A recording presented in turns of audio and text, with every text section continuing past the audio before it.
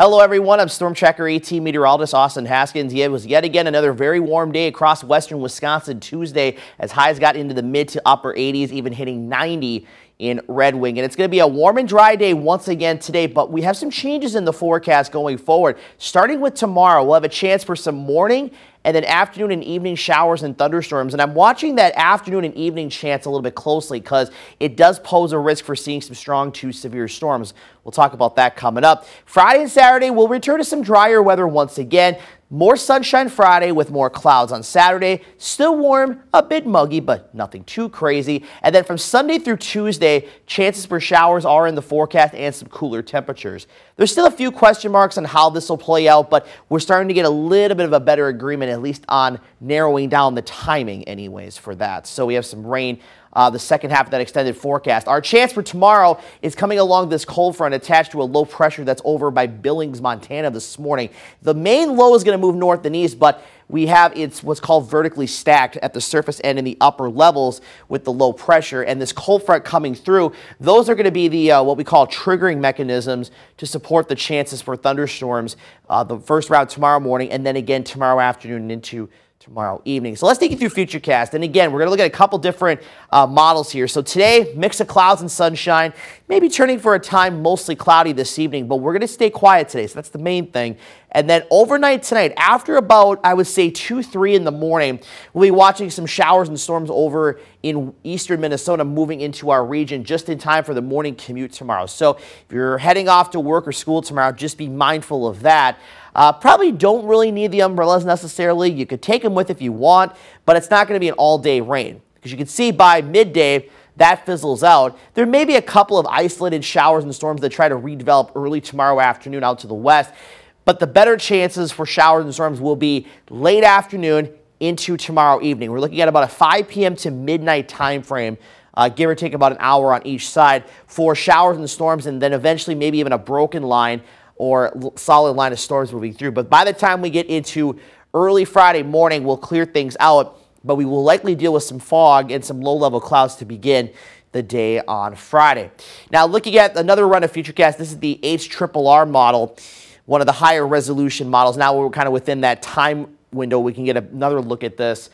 So again, after about 2, 3 o'clock in the morning, we'll watch some showers and a few storms out to the west. These will actually be severe out in eastern South Dakota and western Minnesota, but will be much weaker as they move into our region. So again, the timing for the first route tomorrow, 4 a.m. to 11 a.m. is kind of the window we're looking at. And again, showers, couple of isolated thunderstorms, but no severe weather expected. We'll clear out in the afternoon. Then once that cold front comes through, that's when the radar is going to light up tomorrow afternoon into tomorrow evening with showers and storms, and again, the threat for seeing some severe weather. And the risk has been increasing a little bit in our area. Yesterday morning, this level 2 risk was out by Siren, New Richmond, and Red Wing and areas west. In the later outlooks, they have now moved that much farther east. In this morning's outlook, it runs from Hayward to Eau Claire to Winona and points west. East of there, all the way up to about the Taylor County line to Marshfield is a level 1 out of 5 risk. So isolated to scattered strong to severe storms are possible during the day tomorrow.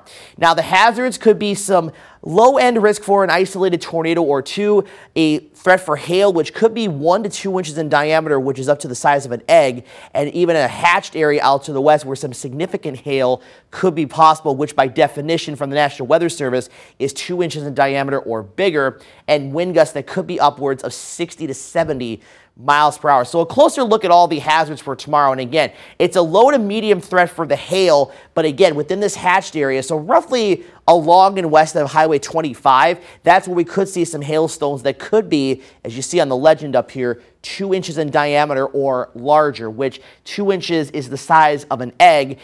Golf ball is 1.75 inches, and then baseball is 2.75 inches. So there could be some big hail with those storms initially as they develop out in the western parts of our area. The wind threat is low to medium, and that'll mostly become kind of the more main threat as the storms move farther to the east. And then there is a tornado threat as well. It's a very low to low risk, and the tornado threat and hail threat will likely be highest once the storms start developing, and then should turn into mostly a wind threat as it moves farther east into the evening. But as I've said this before, with these lines of storms, sometimes you can get those little pieces of rotation within the line of storms that could briefly, tighten up, and that's where you could get maybe a brief spin-up tornado, which is why the tornado risk, although it's very low, is a lot further to the east from Medford to Black River Falls and points west. So either way you look at it, be sure to remain weather aware tomorrow afternoon, tomorrow evening. Have multiple ways to get those weather alerts. And of course, the Storm Tracker 18 weather team will be here to keep you updated.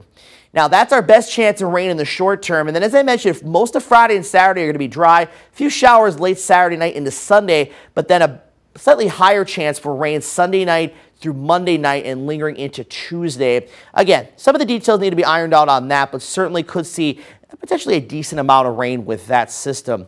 Now, for the next couple of days, you can see there's a little bit of a bullseye here with potentially some higher rainfall totals. Generally speaking, most of us that do see rain will see a 1/10 to a 1/2 inch, but there could be some isolated higher amounts depending on how fast the storms move through and, of course, how hard the rain comes down as well. That could be upwards of 1 inch or so.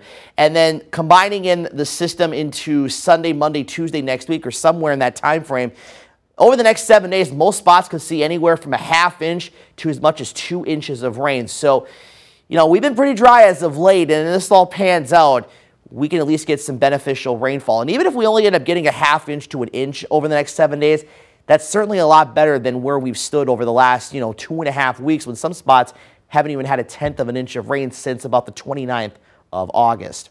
So the extended forecast, temperatures staying in the 80s the next several days. That's above the average of 72.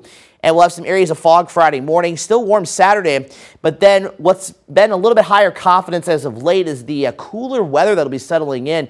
First day of fall on Sunday, high of 73, upper 60s Monday with those showers around, and around 70 Tuesday. But fall weather fans, don't get too used to this cooler weather as of yet, because there are signs beyond the extended forecast that temperatures will likely remain above average.